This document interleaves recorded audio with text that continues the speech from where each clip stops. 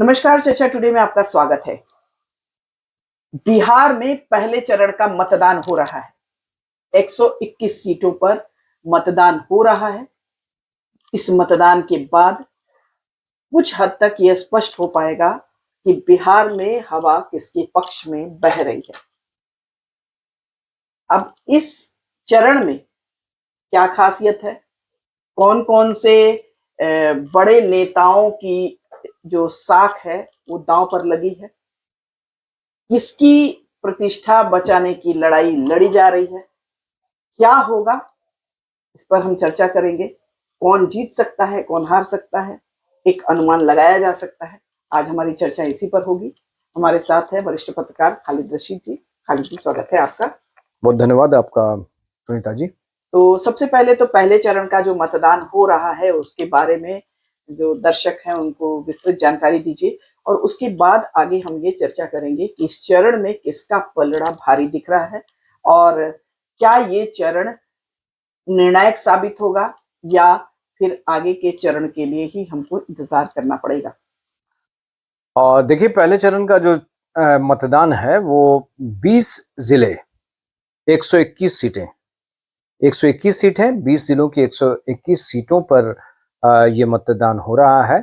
और करीब आधी वोटरों की संख्या की अगर हम लोग बात करें तो आधी संख्या जो है, 4.25 करोड़ के आसपास जो मतदाता हैं वो 1300 से अधिक उम्मीदवारों के भाग्य का फैसला, राजनीतिक भाग्य का फैसला करेंगे।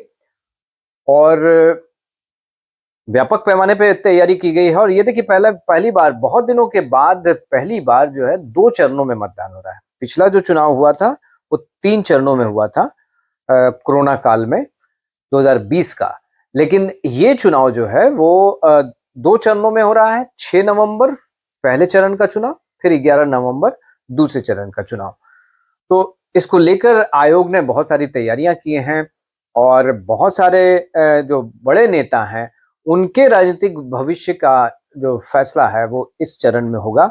और आपने देखा कि चुनाव प्रचार में किस तरह से महागठबंधन, एनडीए गठबंधन, ओवैसी की पार्टी, जन स्वराज, इन सभी ने जो है अपनी पूरी ताकत लगाई है। और कोशिश सभी की ये है कि वो अपना प्रेजेंस जो है पूरी तरह से स्थापित करें।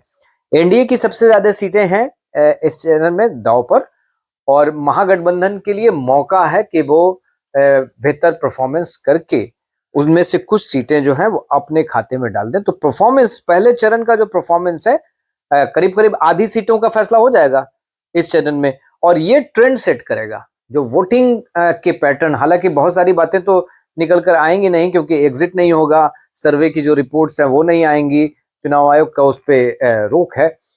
लेकिन जो माउथ टू माउथ कन्वेंसिंग होती है उसमें यह बात पहुंचती है लोगों तक, है ना। अखबारों में भी चर्चा कुछ ना कुछ तो आएगी ही। बाकी हम लोग जैसे जो चैनल से पत्रकार हैं वो भी इसकी चर्चा करेंगे, यूट्यूबर्स हैं वो भी इस तरह की चर्चा करेंगे। मतदान केंद्र पर जो कुछ बातचीत होती है वो उसका लाइव भी होता है प्रसारण, उसका रिकॉर्डेड प्रसारण भी होता है। तो उनसे बातें निकलती हैं और वो एक ट्रेंड भी सेट करती है कि भाई मतदाताओं का रुझान किधर है। तो ये पहले चरण का जो मतदान है सुनीता जी, वो बहुत ही महत्वपूर्ण होने जा रहा है। इसीलिए सभी स्टार प्रचारकों ने पूरी ताकत लगा दी है और बहुत सारे मुद्दे उछाले गए हैं ना, कट्टा, कटुता, हाँ, यदु मुल्ला, और धमकी भरे शब्द का भी इस्तेमाल किया गया। जंगल राज भी इसमें मुद्दा रहा है, बेरोजगारी का मुद्दा, पलायन का मुद्दा, सारे मुद्दे जो हैं, बहुत सारे मुद्दे उछाले गए हैं। लेकिन जनता ने किस मुद्दे को लिया, इस पर हम लोग चर्चा करेंगे। पहले एक दर्शकों को ये बता दीजिए कि अभी तक अभी इस वर्तमान विधानसभा में इन 121 सीटों में कितनी सीटें बीजेपी के पास हैं और या एनडीए गठबंधन के पास हैं, और कितनी सीटें महागठबंधन के पास हैं, और ये जो सीटें हैं इसके बारे में क्या कोई अनुमान है कि कितनी सीटों पर कांटे की टक्कर हो सकती है, कितनी सीटें मतलब एक तरह से इजी गोइंग जा रही है किसी भी पार्टी को, ऐसा कुछ अनुमान बता सकते हैं? देखिए, ये जो मिथिलांचल की इसमें सीटें शामिल है, हाँ, है ना।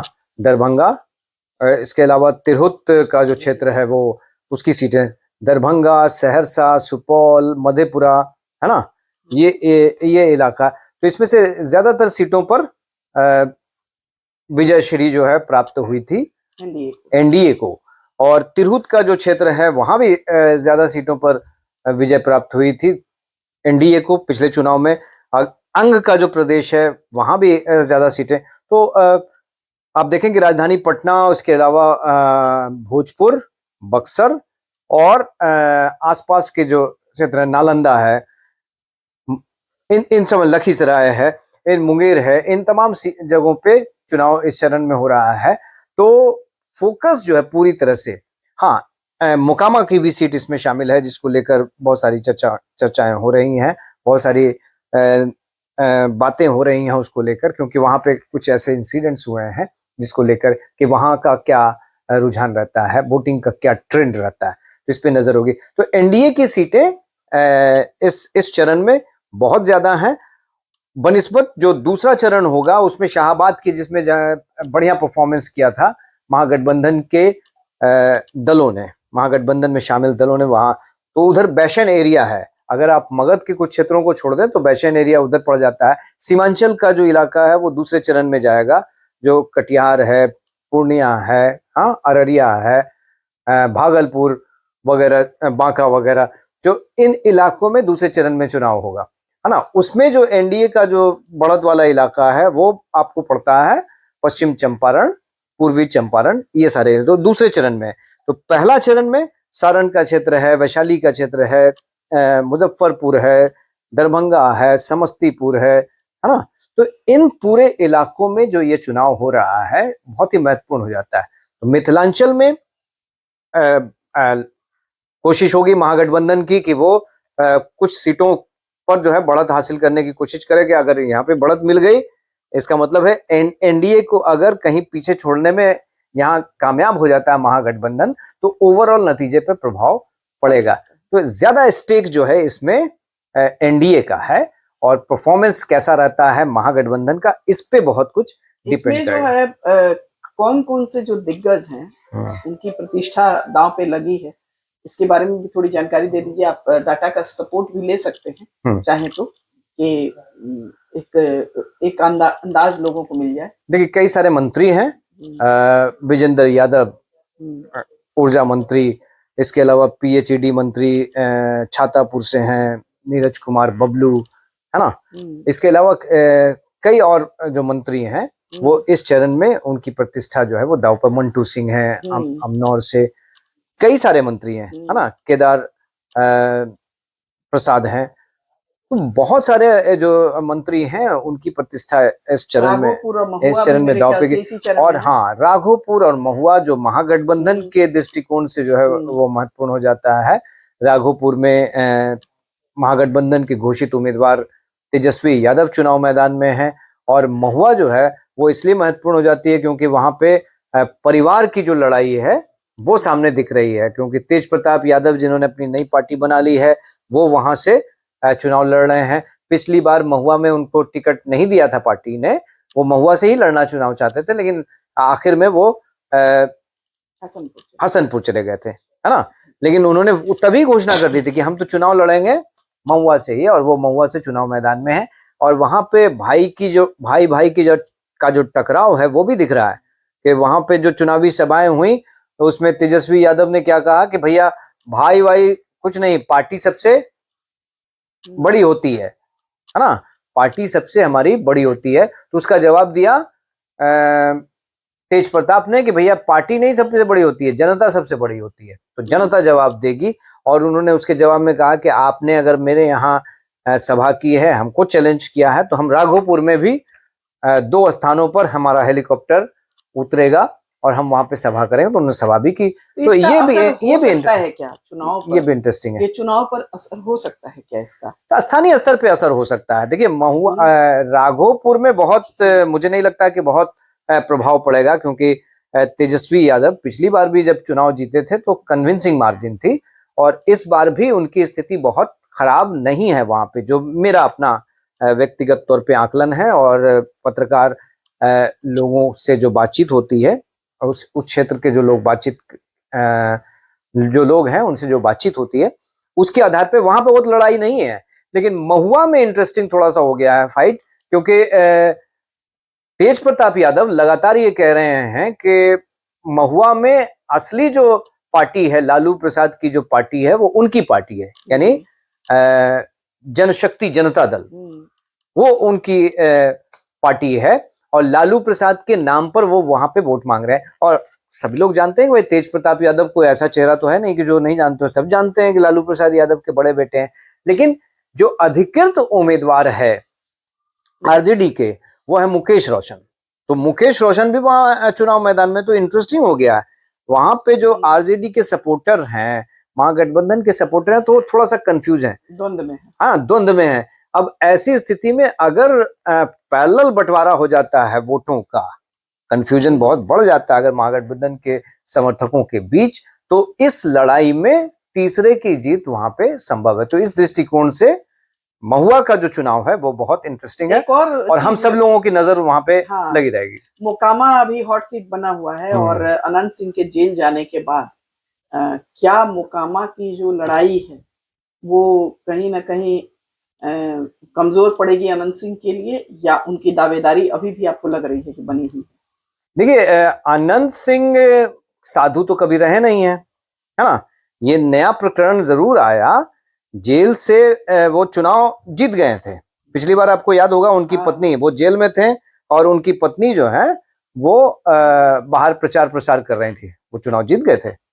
तो ललन सिंह, माफ कीजिएगा, अनंत सिंह कोई भी साधु नहीं रहे हैं। उनकी वो छवि, जो बाहुबली की छवि है, वो सब जानते हैं कि बाहुबली हैं वो उस इलाके के, उनका सिक्का चलता है उस इलाके में।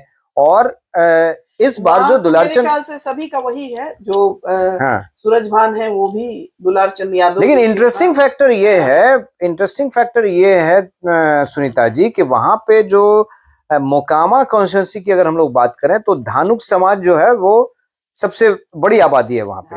दूसरे नंबर पर यादव आते हैं, तीसरे नंबर पर भूमियार आते हैं। लेकिन ये खास बात ये है कि भूमियार समाज के ही ज्यादातर नेता जो है वो प्रमुख गठबंधनों से उम्मीदवार बनाए जाते हैं और वहां जीत भी उन्हीं की होती है।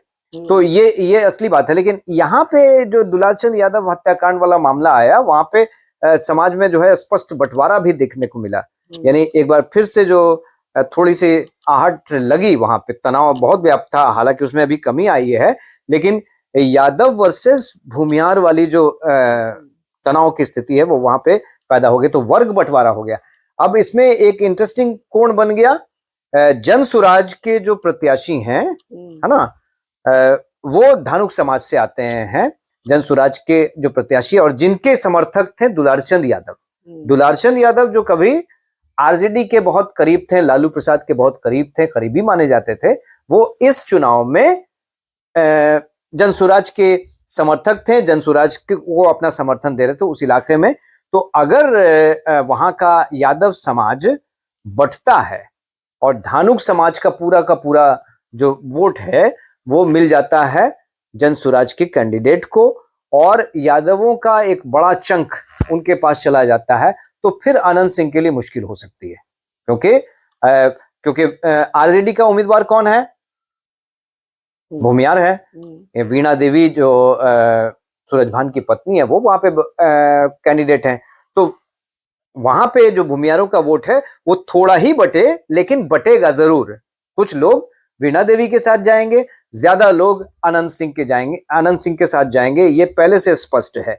तो अगर ऐसा होता है, कॉम्बिनेशन ये बन जाता है कि आरजेडी का जो वोटर है, नॉन भूमियार वोटर है ना, वो अगर जनसुराज की तरफ टर्न कर जाता है किसी भी स्थिति में, ये देखते हुए कि भाई अनंत सिंह को हराने का यहाँ पे बढ़िया मौका है, तो उस स्थिति में अनंत सिंह के लिए मुश्किलें हो जाएंगी। राजद के कैंडिडेट को की हार तो हो गई ही, लेकिन अनंत सिंह की भी हार सुनिश्चित हो जाएगी और जन सुराज को वहां पे एक विजय श्री प्राप्त करने में, स्कोर करने में मदद मिल सकती है, ये संभावना बन रही है। ऐसी स्थिति बनी तो ये भी जो है स्पष्ट हो जाएगा 6 तारीख को पहले चरण के चुनाव में।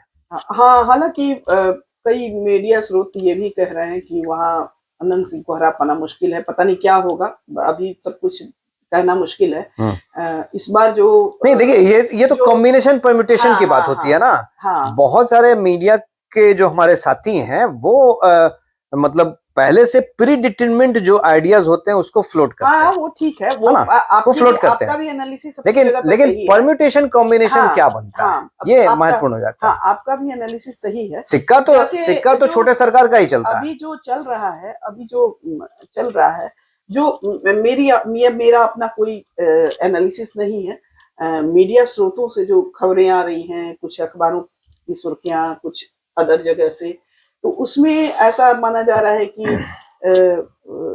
अन्य जगहों पर बीजेपी या उसके अलाइज या एनडीए गठबंधन जेडीयू ज्यादा मजबूत है, लेकिन मिथिलांचल में थोड़ा सा डेंट लगने की संभावना लोग बता रहे हैं कि इस बार हो सकता है कि लग जाए। और आप ओवरऑल क्या देखते हैं, क्या जो एनडीए गठबंधन है अपनी सीटों को बचा के रख पाएगा, या एनडीए गठबंधन कुछ और एक्स्ट्रा सीट भी ला पाएगा, या फिर अपनी सीटें गंवा सकता है? महागठबंधन की स्थिति क्या रहेगी? आप एक अपना जो आपका एनालिसिस है उसके हिसाब से क्या? देखिए, बिना लाग लपेट के हम ये कह सकते हैं कि संभावना मुझे जो दिख रही है, क्योंकि जो कॉम्बिनेशन है, मिथिलांचल में ज्यादा सीटें हैं एनडीए की, है ना, तो पिछली बार ज्यादा सीटें वहां पे एनडीए की आई, उसमें एक बड़ा रोल मुकेश सहनी की पार्टी का भी था, क्योंकि जो मिथिलांचल के कुछ भाग हैं, दरभंगा में, समस्तीपुर में, है ना, इन इन हिस्सों में जो मुकेश सैनी के समर्थक हैं उनकी अच्छी खासी तादाद है, यानी मलाहों की, केवट, मछुआरे जो हैं, जो भी, उनकी एक बड़ी संख्या है, बड़ा चंक है। इसलिए देखिए कि उस इलाके में वीआईपी के कई उम्मीदवार इस बार भी खड़े हुए हैं। दरभंगा से वीआईपी के उम्मीदवार खड़े हुए हैं, है ना, गौरव बौराम में भी वीआईपी का उम्मीदवार है, जो फैजल अली, जो मुस्लिम एक उम्मीदवार वहां पे खड़ा किया था आरजेडी ने, उसको अंत में पार्टी से निकाल दिया गया है, ये बहुत लेटेस्ट है। तो वहां पे वीआईपी के कैंडिडेट्स को खड़ा करने का मतलब क्या, महागठबंधन ने एक तरह से डेंट लगाने की कोशिश की है कि हाँ, ये जो वोट है वो पिछली बार वीआईपी के एनडीए के साथ होने की वजह से उनके साथ चला गया था, और इसने कई स्थानों, कई सीटों पर फर्क लाया था। जहां मार्जिनल विक्ट्री हुई थी, वो उन सीटों पर सुनीता जी बहुत नजदीकी नजर होनी चाहिए, क्योंकि इन सीटों पर असली जो है मामला फंस सकता है, एनडीए को नुकसान भी हो सकता है अगर मुकेश सहनी अपना पूरा वोट ट्रांसफर कराने में कामयाब हो गए तो। और जो उनके जो परंपरागत मतदाता हैं, जो वर्ग है, जो परंपरागत मतदाता है आरजेडी का, कांग्रेस का, महागठबंधन का, वो उनके साथ रहता है। और लेफ्ट भी बहुत मजबूती के साथ उनके साथ, पिछले चुनाव से ही हम लोग देख रहे हैं कि जो लेफ्ट है वो उनके साथ है, तो उनका जो काडर है वो भी बहुत ही मजबूत है, तो इससे फर्क पड़ सकता है। कुल मिला के आपको क्या लगता है, महागठबंधन को बढ़त मिलने वाली है या? देखिए, इतना नजदीकी मामला है सुनीता जी कि ये नहीं कहा जा सकता है कि बढ़त किसको मिलेगी, संभावनाएं हम लोग तलाश सकते हैं, ये हुआ तो ये होगा, हम संभावनाएं ही तलाश सकते हैं। ये कहना बहुत कांटे की टक्कर है, हर जगह पे आप देखें कि बहुत नजदीकी मामला रहेगा, इसलिए कोई भी श्योर नहीं है। कोई भी सेफोलॉजिस्ट जो है इस वक्त वो इतने प्रमुखता से ये बात नहीं कह सकता है, थोड़ा इंतजार। अभी हाल ही में एक सर्वे आया है जिसमें कि वो एनडीए गठबंधन को काफी क्लीन स्वीप दिखाया जा रहा है। तो हालांकि देखिए, सर्वे पे देखिए, सर्वे हम लोग मैं तो मानता हूँ कि बहुत सारे पिछली बार के सर्वे जो थे वो, देखिए, जमीनी हकीकत अलग होती है, और ये सर्वे और जो एग्जिट होते हैं ना, ज्यादातर सर्वे की मैं बात कर रहा हूँ, जो सर्वे होते हैं वो तो ज्यादातर स्पॉन्सर्ड होते हैं। हाँ, तो जो है हम अपनी तरफ से हम ये बात, लेकिन जमीनी हकीकत जो है वो ये दिखती है। मेरा अपना मानना है कि सर्वे सही है, गलत हो सकते हैं, लेकिन स्पॉन्सर्ड है, इस पर हम बहुत यकीन नहीं करते हैं।